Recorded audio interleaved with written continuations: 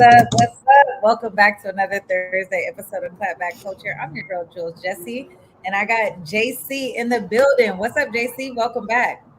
I know, right? Welcome back. It's been a long time. I was doing the drum roll. I don't know if y'all can hear it. I was like, and I'm back. Well, welcome back. Glad to have you back here at this show. You know, your girl has been doing it solo. You've been I doing a have had great job. rest since you've been away. Thank you very much. I have had some great co-hosts to come in, some guest co-hosts to come help me out and things like that. So, glad to have you back in the building. Uh-oh, let me just check my audio really quick, you guys. Anyway, as we're coming in, you guys, if you can just share the stream, that would be great. Let everybody know what we're talking about today. Let them know that Clapback Culture is live and we are here. All right, y'all. As we're waiting for folks to kind of tap in, we might as well just get started with the show. Actually, before we do that, JC, tell us what you've been up to.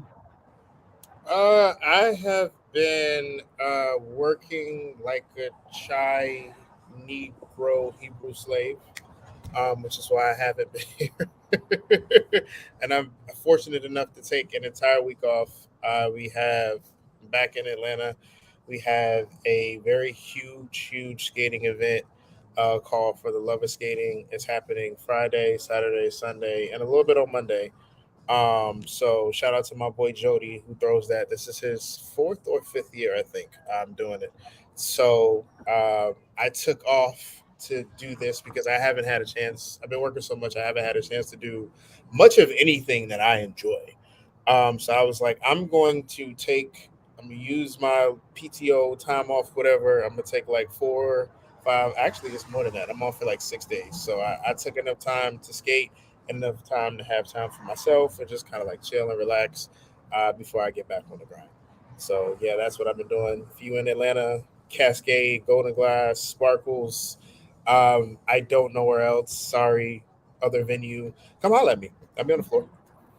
That's pretty dope. I don't know how to skate like that. I mean, I can put some skates on and, maybe not bust my ass, but I don't know how to skate how everybody does, where it's all like really cool and crazy. So I've always wanted to skate like that, but yeah, I don't got enough rhythm. My girl said I can put the skates on. I can And put them on, do a couple laps. Definitely gonna, babysit the edge. Yeah, and skating is pretty physical, so it's one of those things. yeah. It's yeah. I mean, you got to be prepared to fall. I can teach you how to fall, so that way you fall properly and you don't hurt yourself. Mm, That's okay. rule number one is you got to learn how to fall, how to start, and how to stop. And then once you build on those, you can do everything else because you're gonna need all three of those things pretty much in tandem all the time. Anytime you skate, you need to start, stop, and if you are falling, you need to learn how to fall properly so you don't hurt yourself. So those are all things that, yeah. Fair enough.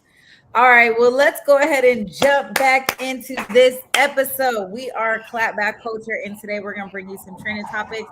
First thing, let's talk about what you may have missed.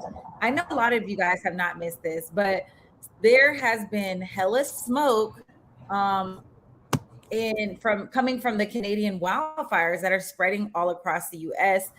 This is New York City, you guys, and it is looking just like this here in Washington, D.C. This smoke is causing really dangerous air quality, pollution in parts of the US, including DC, so bad that like when I went out to go feed the dog this morning, I felt like my chest was just tightening up. It's crazy. Like the smoke, you can smell it. It smells like fire. It smells kind of like burning plastic a little bit, but it is so foggy, so hazy. The visibility here is terrible. Yeah, and so they called people to work from home. And they're also like basically calling people to like just stay indoors as best as possible because the smoke out here is like if you were smoking cigarettes all day. Like Oh it's wow. like it's hazardous, Oh very, very, wow. very Oh hazardous. wow. And it's very eerie outside. Like you look outside and it's like, oh my God, is this Armageddon? Like we're totally living in the last days. Is it like is it orange? Like is it kind of hate like is it yellowish kind of? Okay. Yeah, it's Okay. like it's hazy, it's red, it's blurry. It seems like there's like a blood moon because of Oh wow. all of the pollution.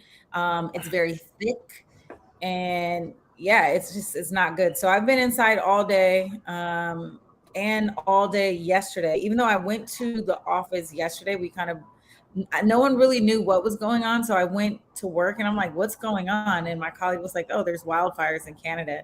And so Right. today and tomorrow should be pretty bad. But New York is like totally underwater, as well as Philadelphia. So much so that they've had to actually cancel some airline flights because of the lack of visibility there. So if you guys are on the East Coast and this is affecting you, you guys keep your heads up, stay indoors, stay safe, and just kind of scale back on those outdoor activities until we get that all clear. Yeah, like even when I read the article, it just said like Wisconsin and Chicago, and it didn't really mention anything about DC and New York and like the Northeast corridor. So Oh, like that's crazy that there's so everywhere. much smoke that is literally. Because I looked on my phone and there was like a smog advisory, and I was like, wait, do I have it on California? Like, what is, you know what I'm saying? Like, I was like, Mhm. am I accidentally in California? Like, what's the? It says it right now, actually. So I hadn't connected that it might be to how much of Canada is on fire. Like, goddamn. Um, Yeah, it's a lot. This is it's one of the Jesus. worst wildfires they've had in its history, if not the worst in its history. So yeah, you should Google it before you look. I mean, it's out of control. Like I pulled up some videos. I mean, it's just sweeping, sweeping, sweeping, and destroying a bunch of stuff. So we're gonna keep Canada in our prayers because if we're getting this here, I can only imagine what they're getting over there. So our prayers are up for Canada. But speaking of other countries, this is an interesting article and kind of weird at the same time, if I have to say so myself. But there is a guy, a sultan, if you will, who ran out of countries to visit, so he decided to create his own. Yes, the Republic of Slowjamistan. And listen, he's a late night slow jams DJ from San Diego. Shout out to Dago, who's known as the Sultan of Slow Jamistan. And so, like I said, he was this person who was an avid traveler. He went all around the world, and traveled to a bunch of different countries. And after he ran out of countries to go to, he said, "Listen, I guess I will just buy this 11-acre plot of empty land in the desert of California, and I'm going to build my own country." And so that's exactly what he did. And he named it after his radio show.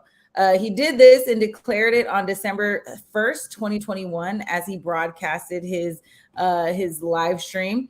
And yeah, it's a dictatorship. It's this whole thing. And his excellency Randy R. Williams is running the show. So there you have it. JC, you brought us this topic, so tell us your thoughts on this. um, I as a person who aspires to literally own islands, yeah, this is right up my bag. Like when I saw this, I said, it calls to the inner rich heterosexual straight white man inside of me. Pause. Called Harvey Connor the third. And that's something that Harvey would do. HC3. So I was like, I saw him and I saw myself reflected in him as best as a black man can. And so like, yeah, I was just like, this is for, this is for me. I was like, this is so cool. Uh, This is very quirky. I mean, I'm curious to know like how much did you spend on this land? Um, and he said this 20. also sounds like a quirky. It says 20. I think he's in the article. It said he spent about $20,000 for 11.5 acres, which for California ain't actually all that bad.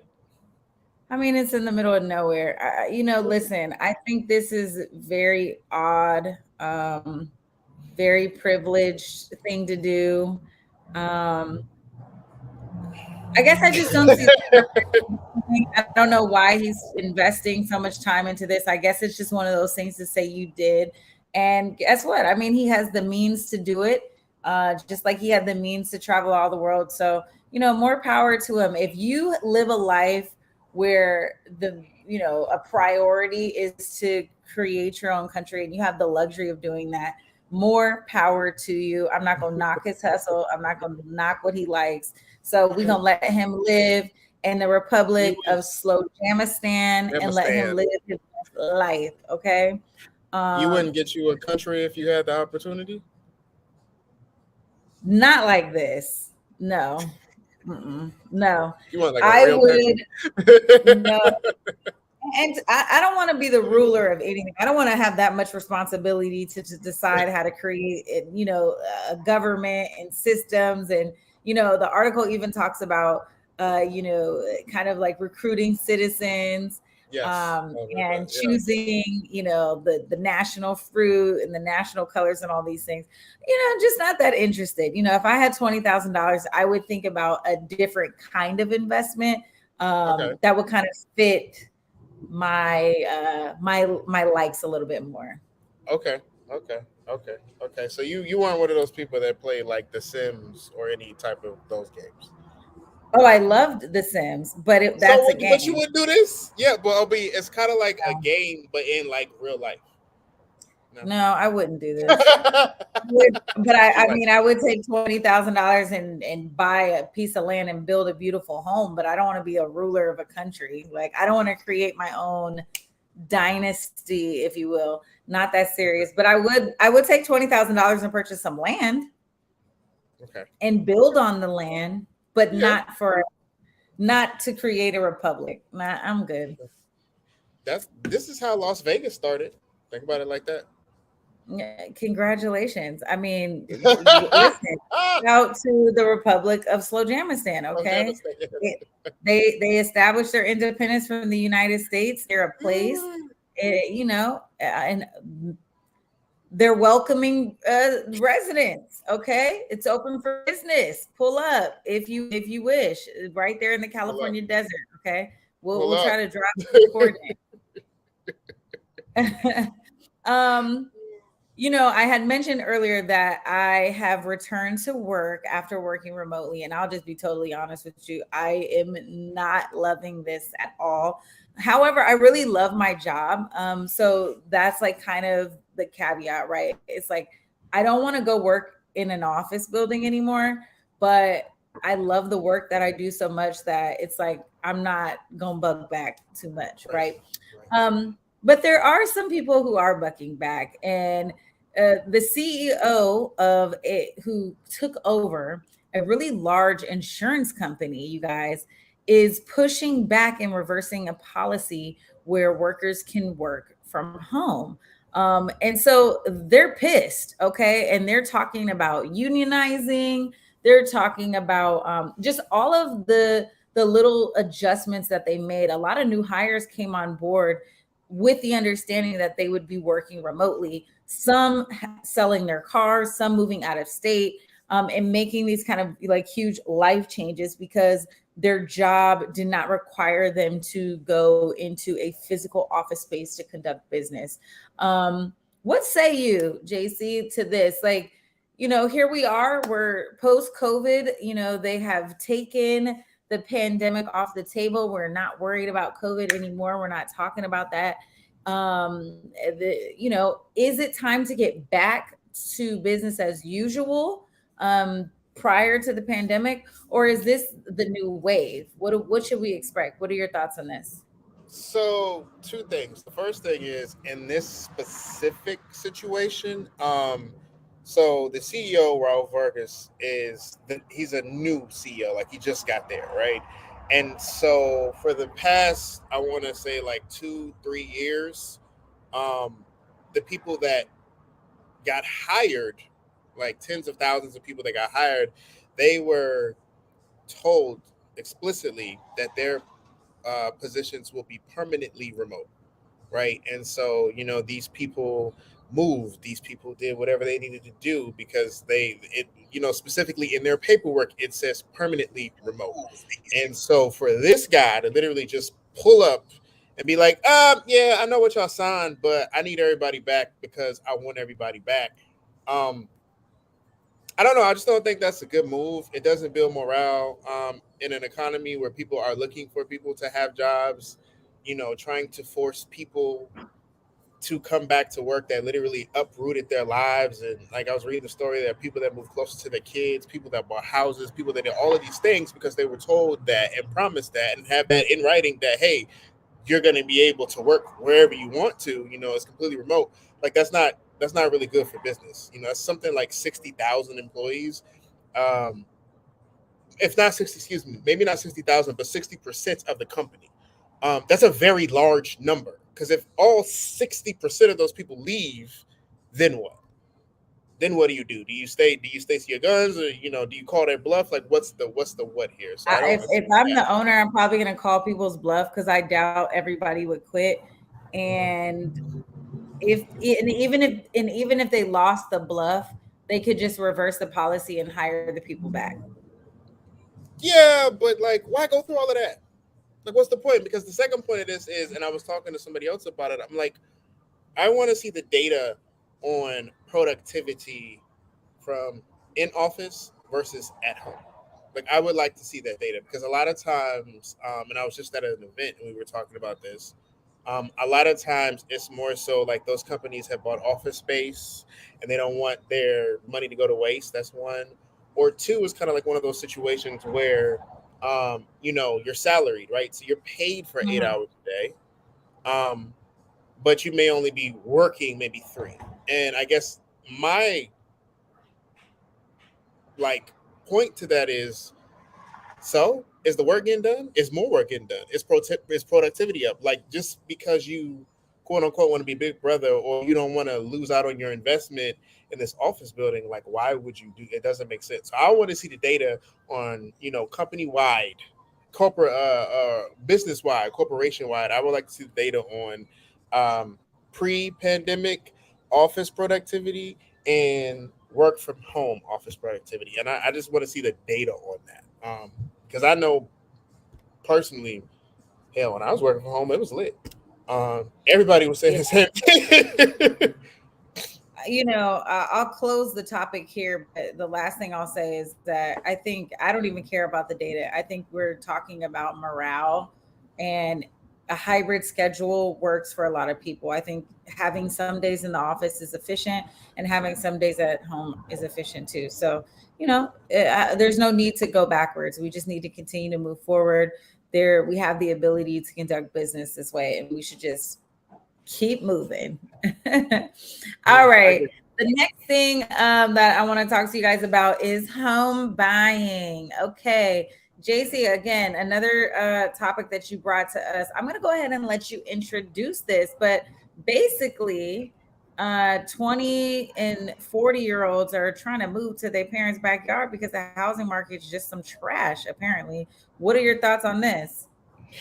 So this article is very interesting. It's talking about like how the housing market is literally so bad that what people are doing now is literally, remember how you used to have like a guest suite or the pool house or whatever else? Like people are literally building those in their parents' backyard on purpose, or anybody that might have land that they're cool with.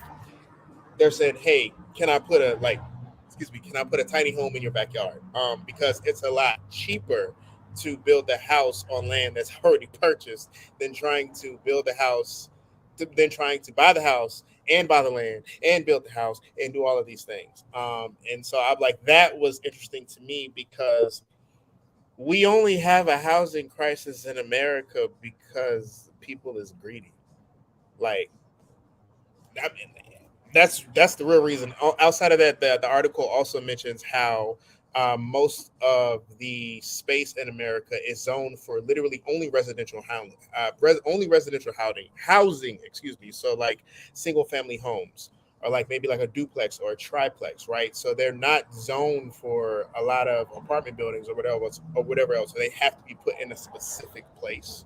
Um, and so I'm just like, this is creating like this perfect storm. We've got like um, non-functional housing zoning laws.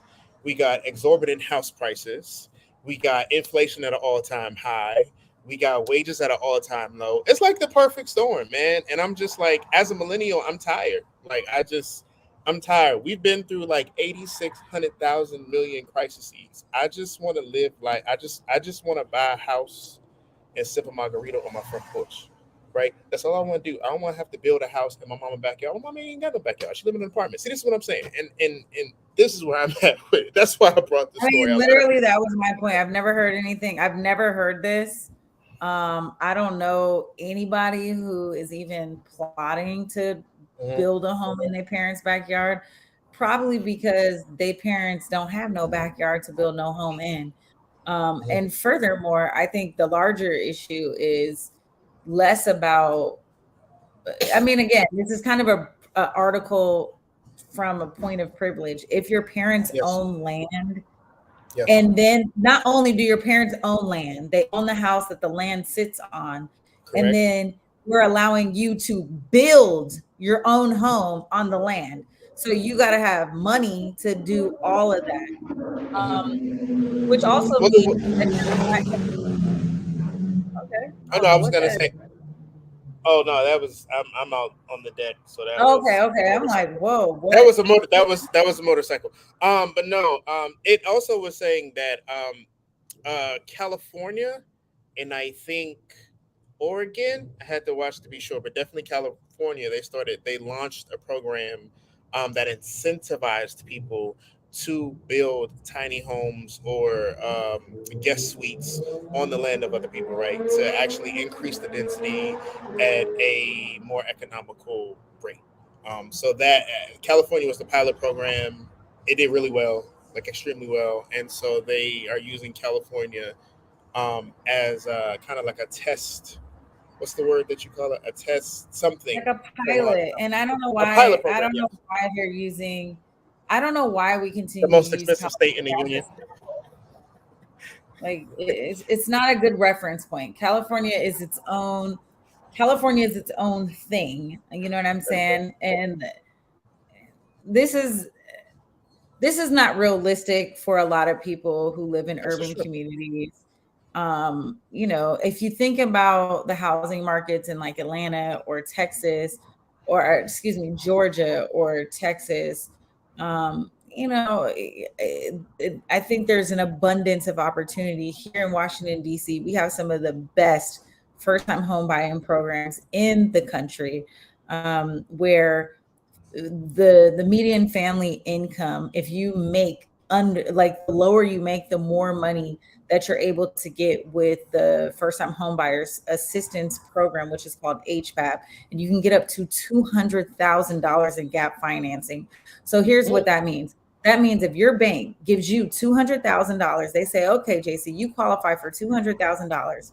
And then HPAP says you qualify for $200,000. You can then take 200,000 plus 200,000, which is $400,000, and go shop for a $400,000 home. So you have your first mortgage, which is 200,000, and you're going to pay that interest on that loan.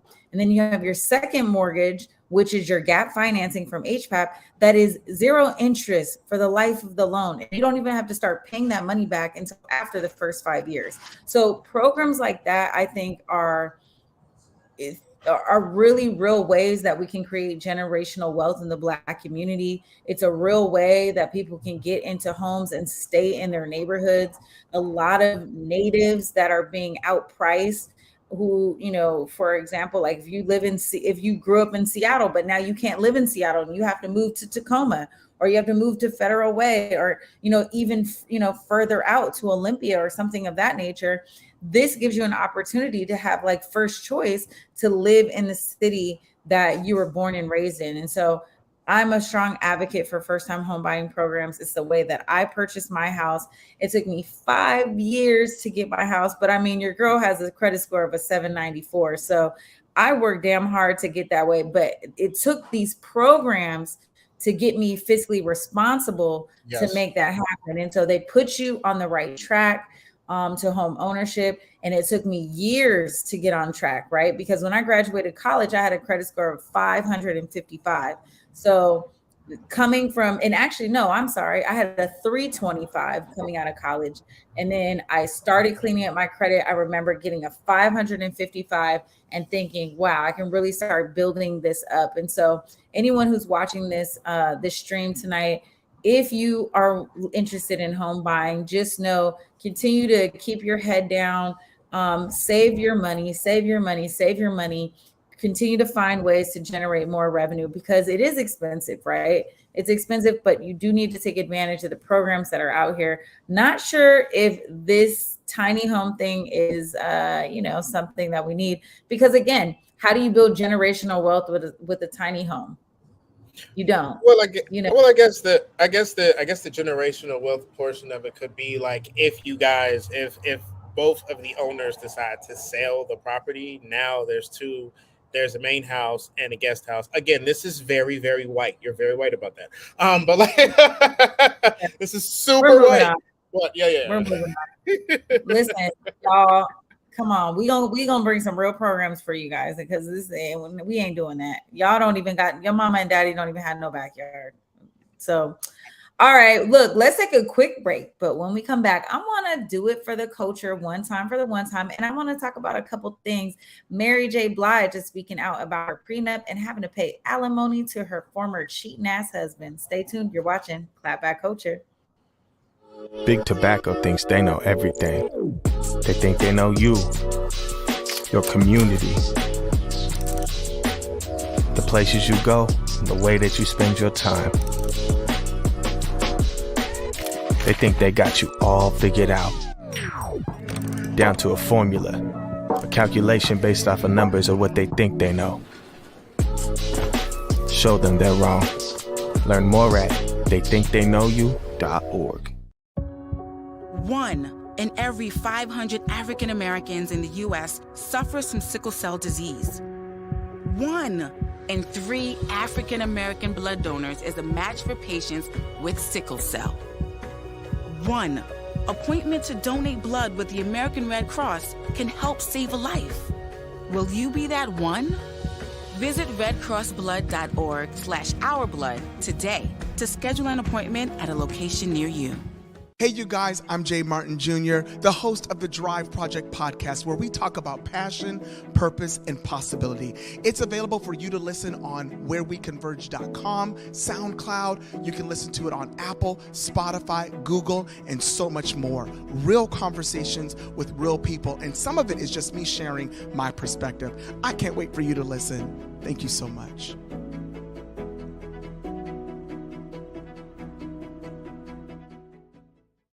COVID-19 hurt my income, my health, and my family. We were about to lose our home when we heard we might be eligible for homeowner assistance funds from the government.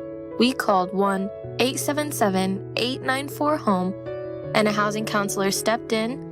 They talked to our lender and saved our home. Because falling on hard times does not have to mean losing your home. Federal funding details at washingtonhaf.org.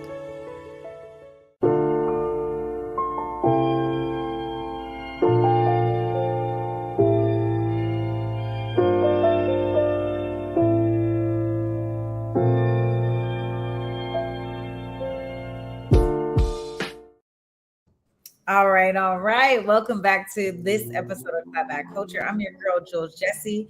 JC is back, and we got some topics we want to chop it up about. So listen, I was strolling on social media, and I saw Mary J, the queen, baby, talking about her lack of prenup to her former husband, producer Kenzo. Can't remember his last name.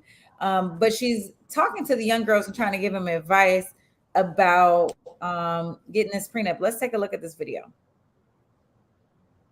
your thoughts on prenups and how would you approach it, or what advice would you give as far as for a woman that may be wealthy, well off, and they're looking to get married?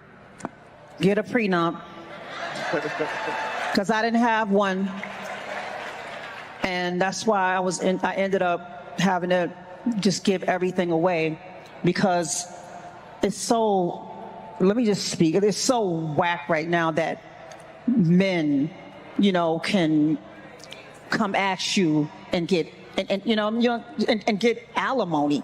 So when I was getting a divorce, I was like, you mean to tell me I got to pay him?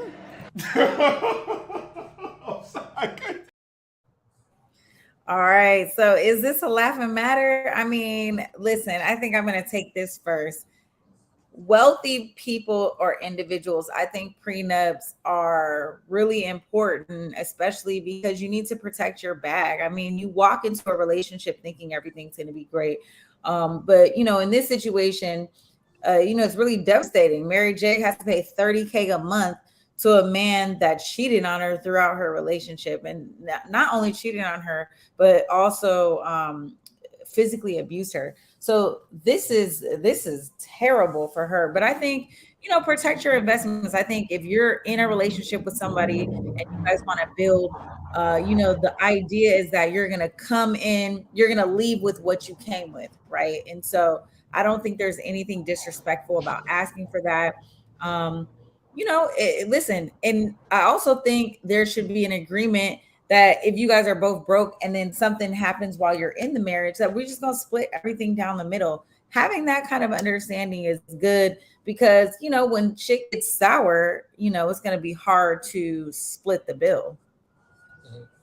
So I thought from my understanding, that's what a prenup was for. I thought a prenup was essentially, it protects everything that both of y'all have at the start of the relationship, right? So if I am dead broke and you rich and I sign a prenup and you continue to get rich, and as I stay with you, we build something, right? We can still split the thing that we built, but I don't get any of the revenue that you had from before I was broke. Isn't that what the prenup does?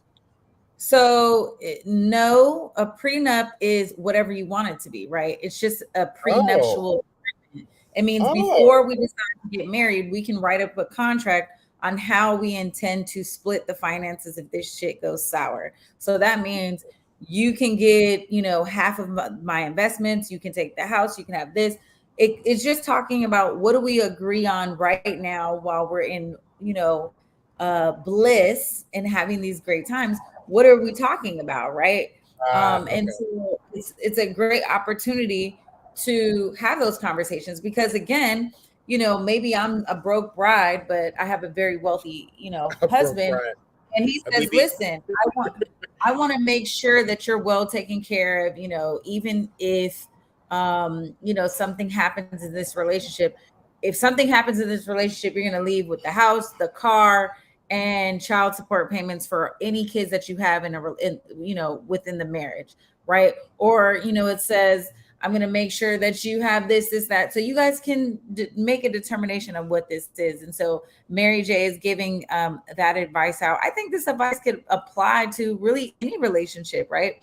Yes. Because you might want to have a contractual agreement before you go into it to just say, hey, listen, I own this house, you own that house. If we break up, you get your house and I'm going to get my house, and then that's it. So I don't think there's anything wrong with having a contract on the table. I also don't think there's anything wrong with not having a contract on the table and saying we'll figure that out when we get there. So I think it's totally up to the people in the relationship.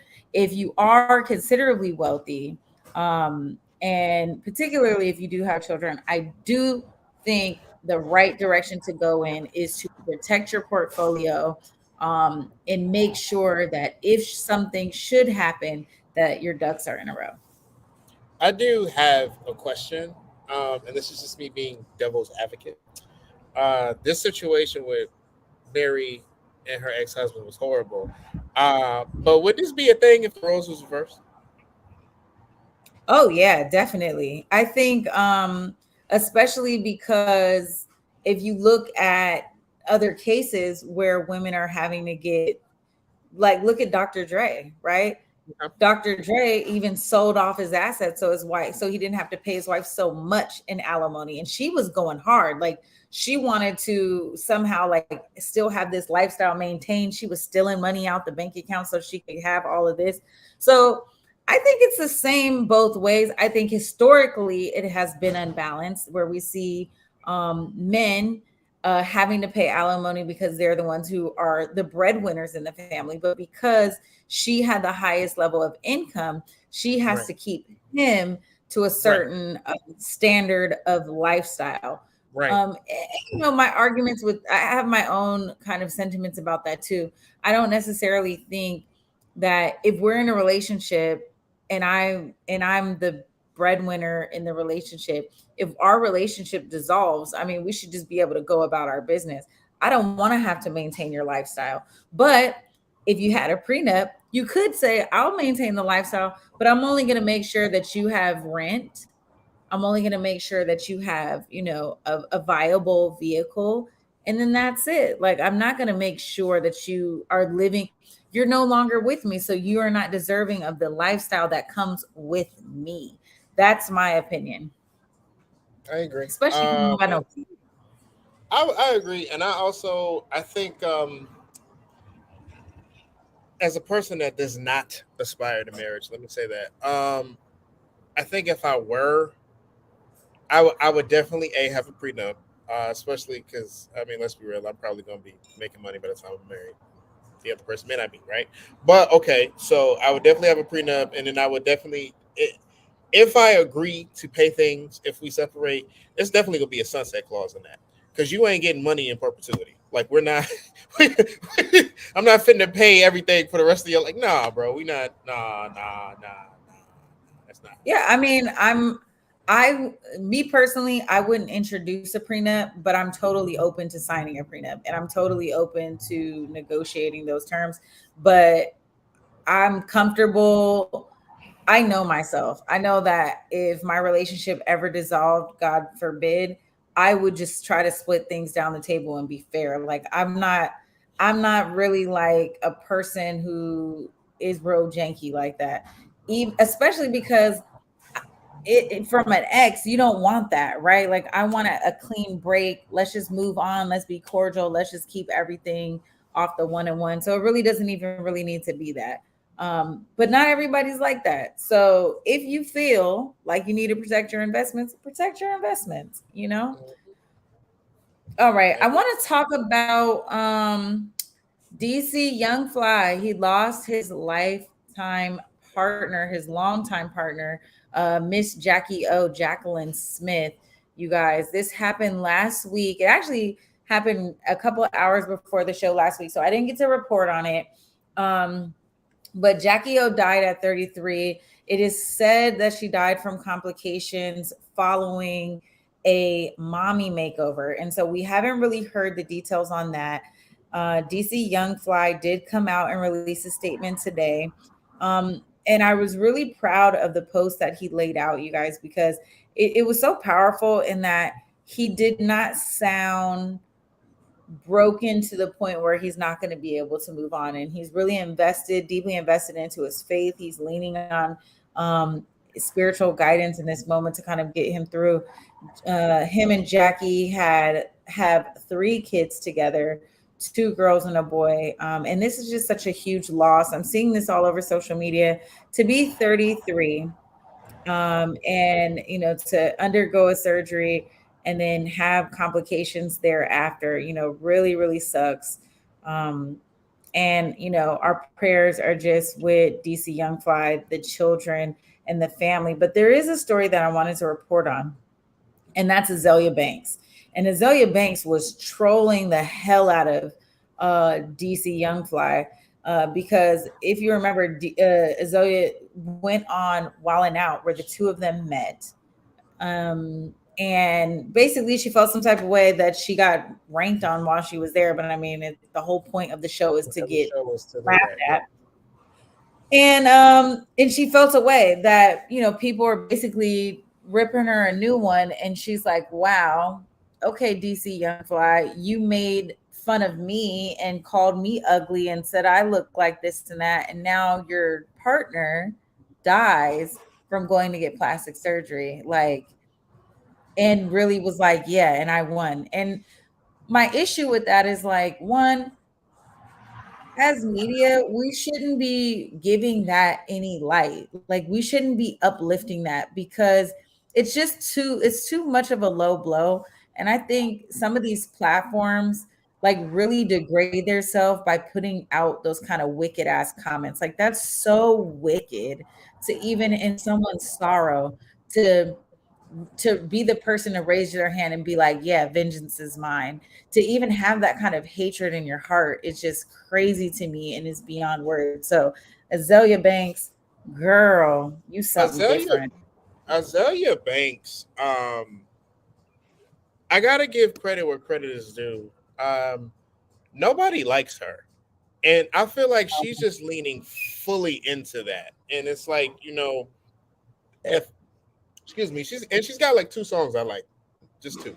And so, when I first heard about it, I really thought that, because she was speaking about colorism, and she was talking about a whole bunch of things, and I was like, oh, I feel sad for her, because this is a relatable story.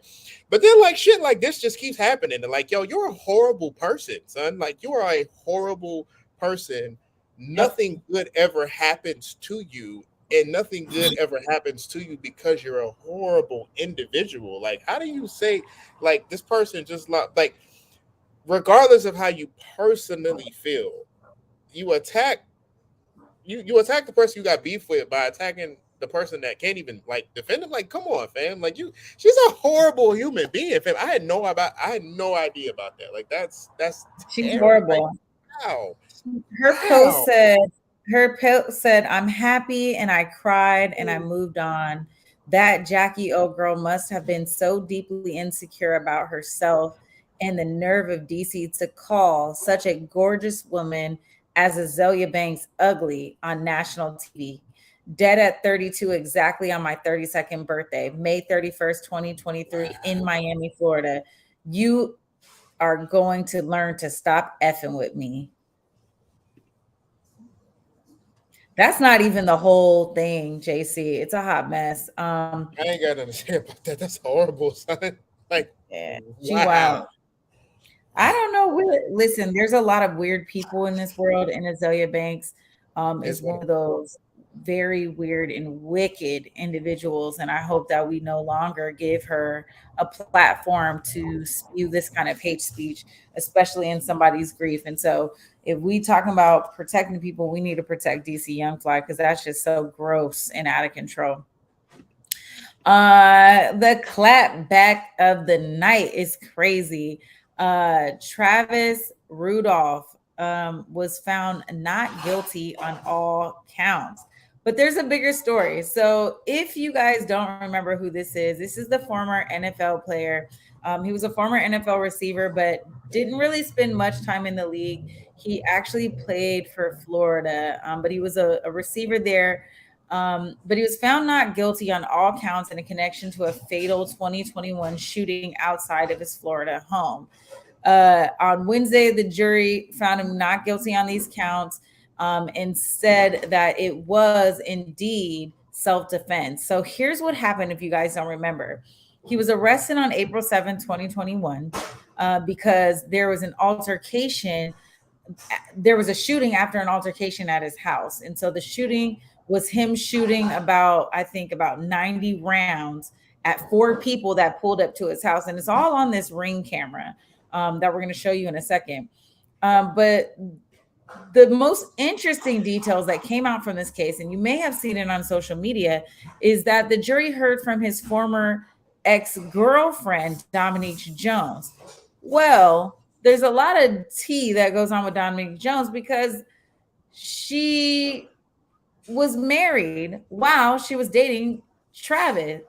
While she was dating him, and didn't let Travis know, right? And so one of the attorneys even asked her, JC, like, why, did he know you were married? And she was like, well, the question never came up, so I never mentioned it. So this girl is, the reason why all of this stuff kicked off. So Travis is saying, listen, I was dating this girl, Dominique. She felt like I didn't do much for her on Valentine's Day. And that's when things started to really go downhill. Well, what does a married woman expect to happen when she is the side piece? Okay. Like, what kind of expectation do you have on Valentine's Day? Well, from she side piece herself. So like you're the side piece. You are a side piece with your side piece. And so this physical altercation took place allegedly because she because she said she found text messages on Travis's phone that he was texting other girls. Okay, but sis, you're married. Okay.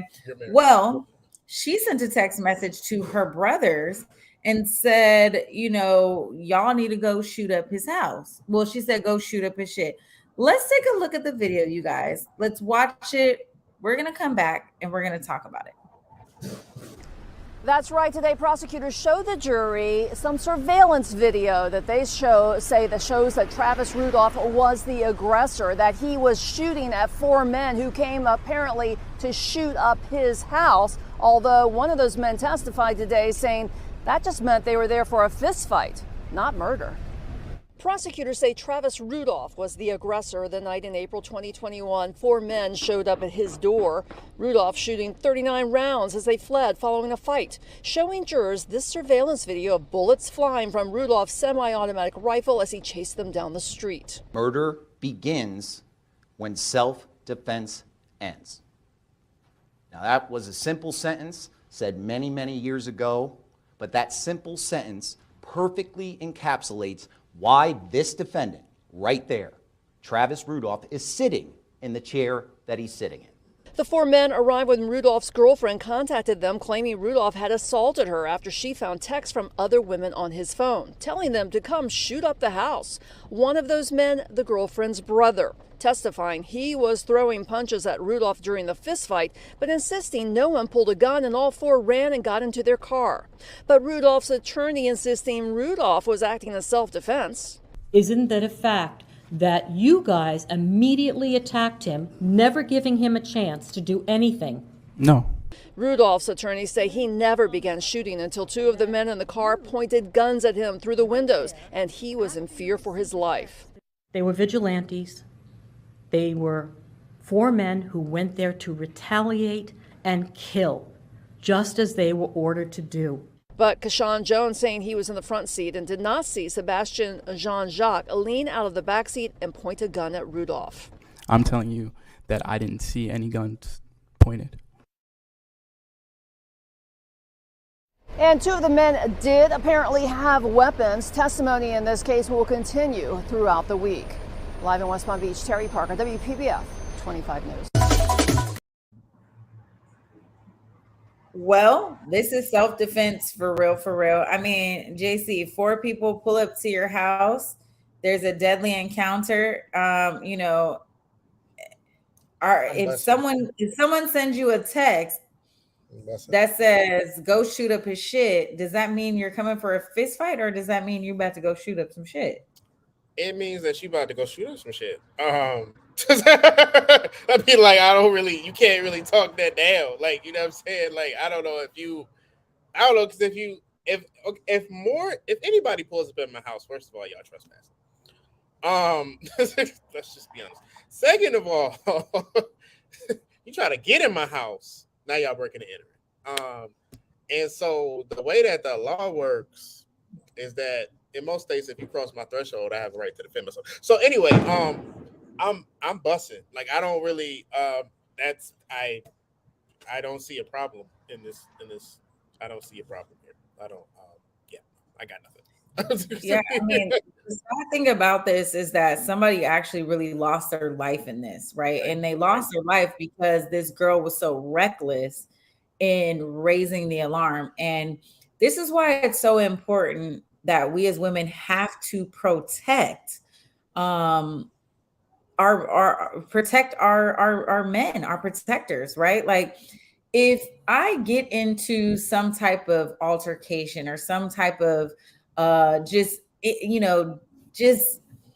issue, I'm gonna protect Rodney at all costs, right? Like, I'm not going to call him into a scene where he feels like he has to protect me and go above and beyond the call of duty, and put himself in harm's way. And I think she should be held liable and responsible because, she should be held liable and responsible because she is the person who put everybody in harm's way and then lied about it, right? And so somebody lost their whole life. Like, there is a son that is dead. There is a father that is dead because you decided to be reckless, right?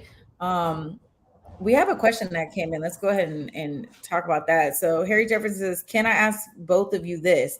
Why isn't this woman getting charged for the murder? Shouldn't she be charged for hire? Exactly. And that speaks directly to my point, in that you can't cry wolf. Well, not yet. And this is, this happened 2 years ago. He was in jail and he was locked up without bond. And so he had to fight for this. And so this young man is finally exonerated and being freed to be able to go on and live his life. But can you imagine, like, girl, you're married. And guess what? Let me tell you something.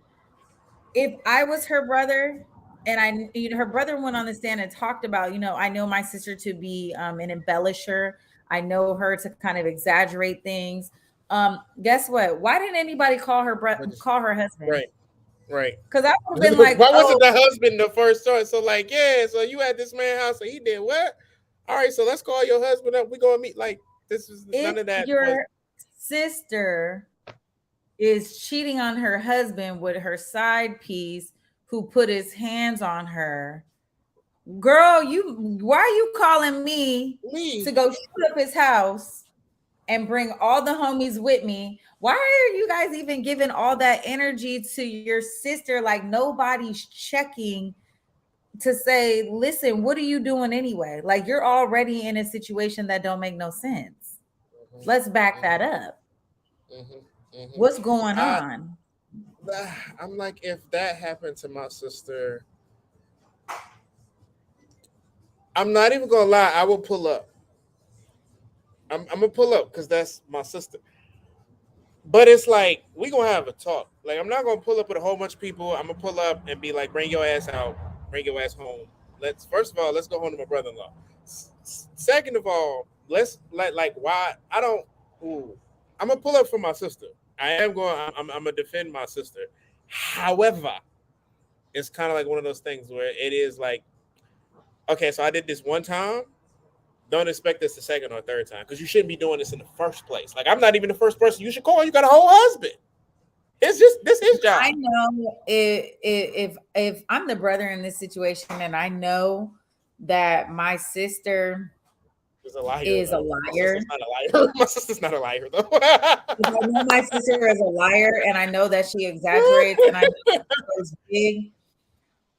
And I'm gonna go on the limb and say, and even if I know my sister cuts up at the mouth, if I know that she gets physical too, I'm not running to her aid like this without further investigation. And so it could be a phone call to be like, yo, what's really good, what's happening. Right.